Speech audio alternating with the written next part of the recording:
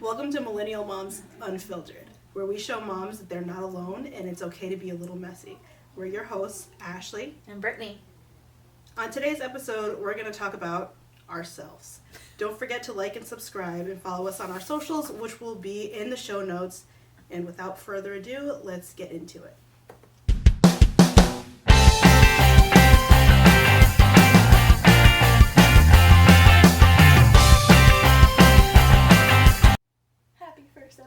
Happy first episode. This has been, it's been a little bit anxiety inducing for me. Yeah, me too. Because I am not, I set all this stuff up and hopefully it's actually recording properly. I am not tech savvy at all. Two not very tech savvy people. I've heard other people on podcasts be like, I just recorded a whole episode and had to re-record it because it stopped recording. And I'm like, okay, so that happens to people that be doing this. And so it's probably going to happen to us. I mean, hopefully not the first time. But anyway, today's episode, we're going to be talking about ourselves and introducing us and like our backgrounds. Like why we started a podcast. Why we thought people might want to listen to us. We have each our own little following, so if you're from any of our social medias, you probably have heard it all, but you're gonna hear it again. So do you want to go first? Sure. So I am Brittni. I own my own photography business. It's Bishon Studios. It started out as off the map photography, transitioned into Bishon Studios, and I also had Blooming Babes as my boudoir photography, I guess, side thing for boudoir segment, whatever you want to call it. So I started photography in 2019, but before that I got my master's in counseling. I also worked in fashion retail. I also have my event management degree. So I've kind of been all over the place, which makes perfect sense why we would start a podcast. It's just another thing to add to the list. I'm sorry, I'm messing with stuff and I need to stop doing it. It's picking all of that up. So, yeah, I have my own business. The studio is actually in the process of transitioning to a new location. We have some exciting news about that coming up. I'm not ready to announce it just yet. But I am shutting down my studio in East Greenwich. But I'm still doing photography very much. I shoot weddings, boudoir, families occasionally, branding, like a lot of women's empowerment stuff. So that's kind of where I'm at with I really love the empowerment side, making people feel good aspect of things. I'm a mom. I have 2 kids. They're 5 and 3. I'm married. And I'm mostly a stay-at-home mom other than the, owning a business and running a podcast. And so, yeah, I don't know. Is that... Yeah, that pretty much sums it up. You kind of do it all. I do. I'm a painter. I paint. Yes. I also have I do murals and commission paintings, and I'm just crafty, which you will see with the new studio. You'll see lots of crafty stuff with that. This is going to be airing in January, so you might already have announced the studio. No, I don't think so. Okay. All right. Well, I was trying to get it out there for you guys. I don't think I'm going to announce it yet. I think maybe it'll be a New Year's thing. So. All right. We'll see. Well, that was great. I did not think about how I was going to do my thing. Neither did I. So I'm Ashley. I am a stay-at-home mom as well. I have 3 boys. I started off on Instagram as a fitness coach, and I did that for 4-ish years. And then I started planning my wedding, and I was really burnt out about doing all the internet fitness things because it's exhausting and there's just so much exhausting crap. So I was just whatever. So I focused on planning my wedding, and then after I planned my wedding, I was like, I think I want to be a party planner. So then I started a party planning business, Pop-Up Parties by Ashley. Am I still doing that? Not really. I started a podcast. I have ADHD, if you didn't already know, and it shows in my life. And it will show on this podcast. Yes, it will show on this podcast. It's already happening, actually. so I jump around a lot. My husband is super supportive of all of my things, and he is the main breadwinner. So luckily I have the support and, you know, financial freedom to be able to do all of these things. But yeah, that was not super interesting. It's super interesting. I feel like so I've done some things, but why did you? Okay, so you were doing fitness for 4 years. What got you into fitness? This is a long story. So growing up, I had an eating disorder, and then was semi in recovery and got into bodybuilding. So I transformed my own body from thin and sickly to a different kind of sickly. And then when I really got into recovery, I realized in the fitness space how much disordered eating and behaviors there was. And then I got certified in personal training and, you know, wanted to do better for other people. And then once I kind of got my shit together, I was like, you know what, I can help other people not do the extremes and all the fads, and that's kind of what built Nice. Ashley and Fitness. What are some other hyperfixations you've gone into? Because like I feel like that's a huge. I feel like we could have a whole. Well, I'm still really passionate about it, and like I still do my own fitness stuff, and like I can do all of the things, and I watch things online, and I'm just like, like I definitely don't want to be like in charge of other people's things. Like it's one of my passions, but it's just like so mentally draining. Yeah. So, yeah, but I think it's always going to be one of my things. That's not like a fleeting hyperfixation. Other fleeting hyperfixations, redoing the floors in the house, painting furniture, making jewelry. I did that for a hot minute. I have like 17 pairs of earrings. Just nothing to do with it. I remember when you were like, you guys, I'm going to start selling this on the shop. Okay? Not And then one just like purchase. Not one. But you don't talk about it either. I You know. like come up with all these really great things, and they always come out really cool, and then you just like don't ever talk about That's it again. it. Yep. Yeah. And then I actually Because that's like the hyperfixation, doing it. I get the idea, and then I announce it to everybody. I'm like, you guys, don't say anything yet, but I'm gonna do this. And then like the next day on Instagram, I'm like, guys, you'll never guess. You'll never guess what's gonna happen. I just changed my whole identity last night. Right.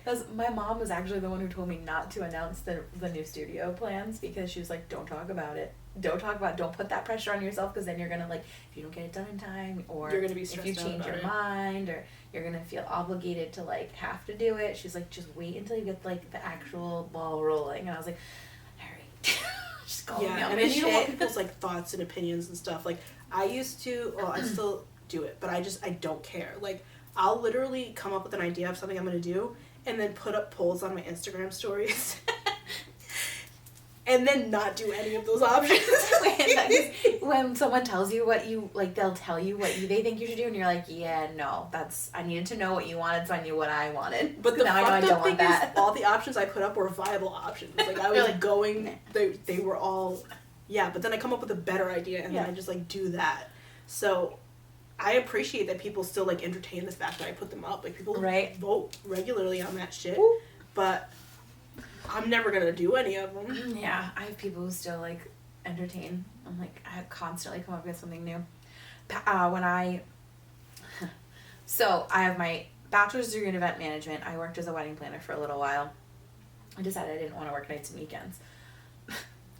So I'm gonna go into photography where I also have to work nights and weekends.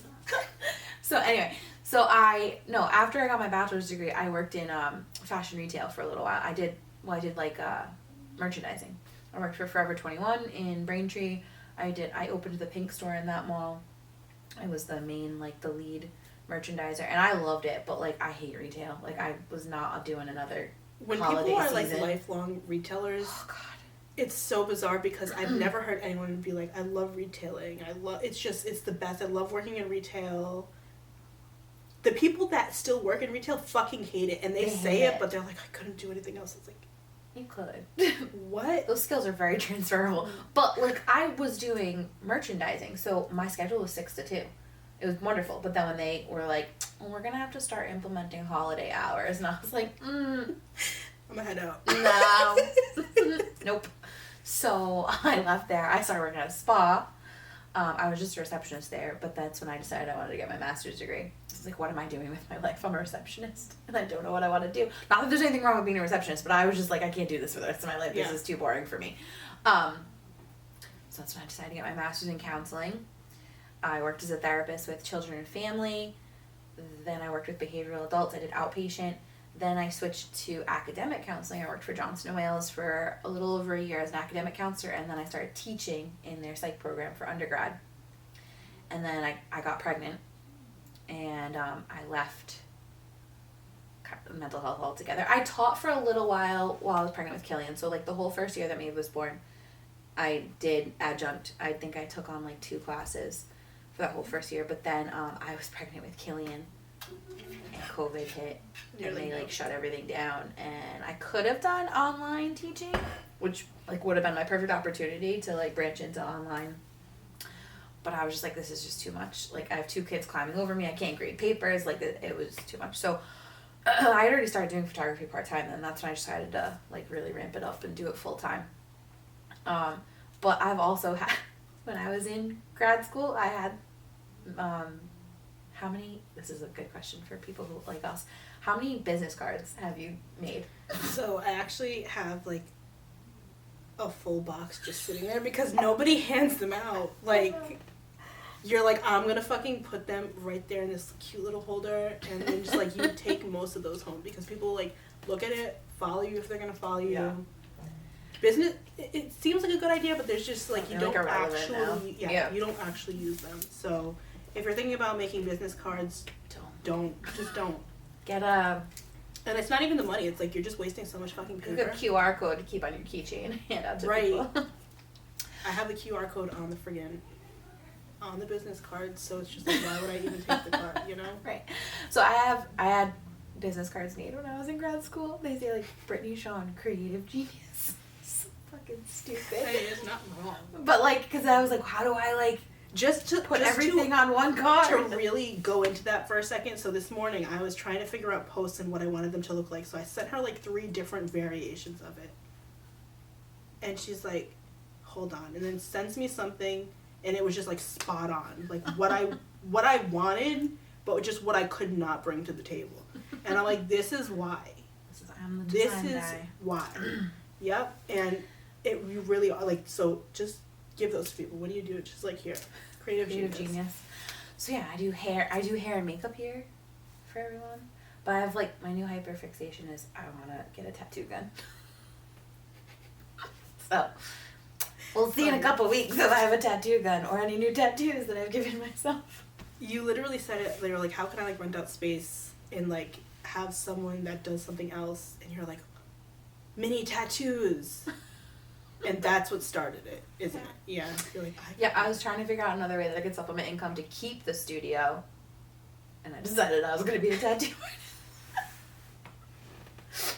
I actually know somebody that like kind of just like on the fly got a tattoo gun, and like the process is not as hard as you would think. you totally just get it and just practice. You have to give a lot. This of free person had tattoos away. artistic skills, but the tattoos there's no words. All right, it was fucked up, and I'm gonna tell you what, I wasn't gonna be a guinea pig on that one. I know that people like volunteer to get them from me already. I'm like, I haven't even tattooed fake skin yet. Do not volunteer yet. Like, this is too much pressure. Like, unless I'm tattooing myself to practice, I wouldn't trust me yet. Like, if I'm Would not you do that? willing to Would do you it, like? Yeah, I think I might.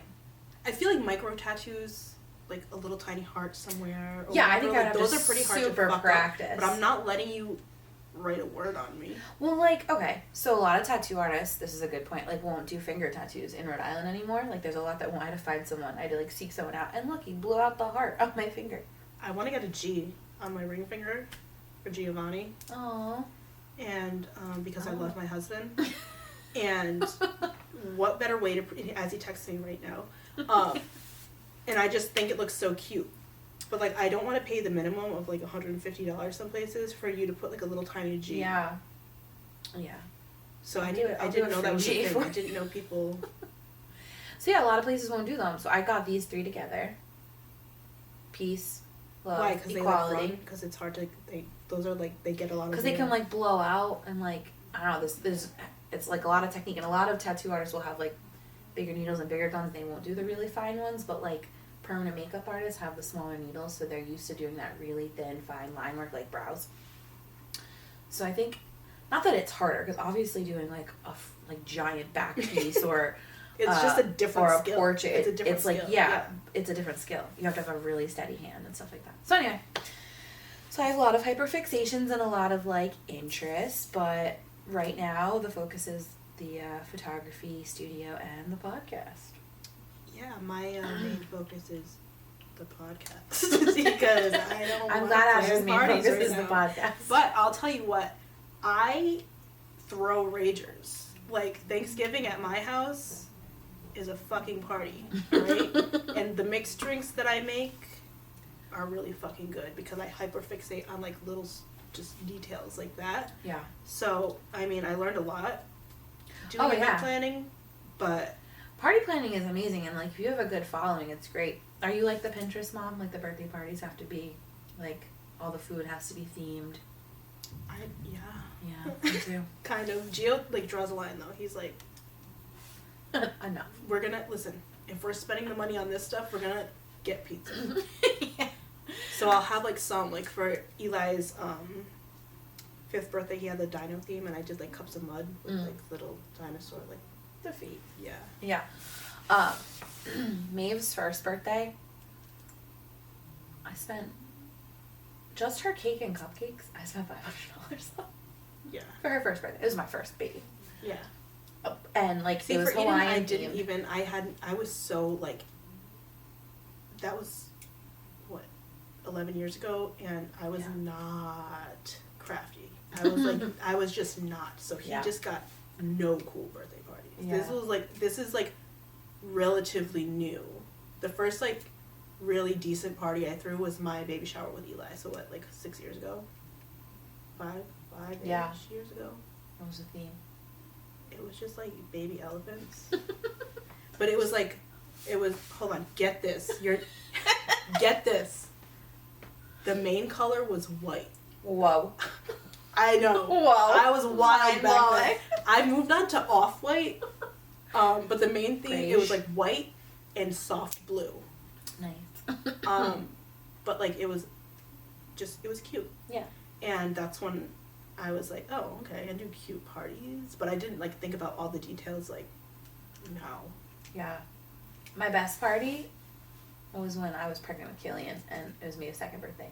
We did a Toy Story theme, and I was on point. I was like because I was the month I was due with Killian, so my, like, nesting abilities went into throwing this party, and I had the boxes, like, I went out and bought, like, ordered them on Amazon, like, the perfect cube boxes and hand painted Maeve's name to look like blocks, like toy blocks. Didn't use vinyl, hand painted. Yeah, see, that's nice. 9 months pregnant. My mom was like, what are you doing? Friend Lauren, for that baby shower, she made boxes and then put, was it the name or did it say baby? I don't remember. But it was something like that, like, on. Yeah. And I was like, so cute. Look at me next to my fucking dessert table. Some kid, I don't know whose child it was, took a bite out of the back of the cake. And that's a mystery that I've still never saw. I don't know who did that, but there was a bite mark on the back of that cake, and I was like, at least it was the back, all right, fine. Right. But I don't know who was responsible for that. Speaking of cakes, my cousin's wedding cake got dropped on the day of her wedding. And then what? How big was it? Was it like a 3-tier cake? It was a 3-tier. It was like a 3 or 4 tier. See, that's why I didn't do that. From Wright's Farm. They dropped it on the way in. It was fondant, so, like, the fondant protected it, so it didn't completely smash. It just dented it real hard, and then they lost the top tier. So the top tier was gone, and they just sprinkled flower petals on top of it. And it was a huge dent, and they kind of, like, turned it, but I knew it happened. I mean, you can but hide. we didn't tell her it happened. We were like, no, let's just not tell her. On my wedding day, I was like, listen, you guys do you. Yeah. You know what I want, what I expect. Anything that's going wrong, don't. I don't care. Yeah, so we didn't tell her. And then she went to go, when they were doing the cake cutting, she was like, like you could tell like she noticed something was off, but we're like, but look, your day's been so great so you far. can't like so, freak why out be about mad? it. My hairdresser was telling me about, I think it was her sister or cousin or something, like they fucked up the cake, like they put like teal petals on it, like just not even, like it was a mermaid cake, it didn't even look like a wedding cake, but they like turned it so that you couldn't like see it in pictures, and then it was just like white or whatever, and shit like that happens all the time. And like what I tell people that are planning weddings or come to me with, you know, inquiries about party planning, something's gonna go wrong that day. Yeah. Probably more than one thing, but like nobody's gonna know because Sure, they don't have your vision. Yeah. They don't know what you were planning, right? It's hard to So, like let go of the reins I on know, your own. but you have thing. to. You have to just be Yeah. like YOLO. Oh shit!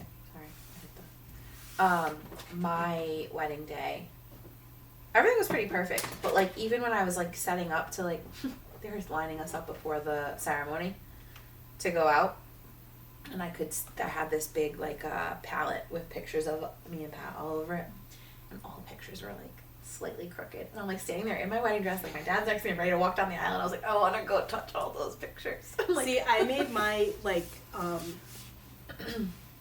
like the same kind of like wood pellet picture thing, but I like thought it was gonna take me so much longer than it actually did.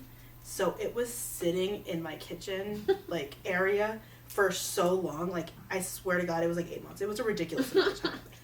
And so all of those, some of them fell, some of them were crooked, but I had enough time to like watch it happen beforehand to fix all those problems. So on the day it looked great at my awesome. wedding, Nice and but secure. it was like probably dusty. Probably That shit was sitting there for a long time.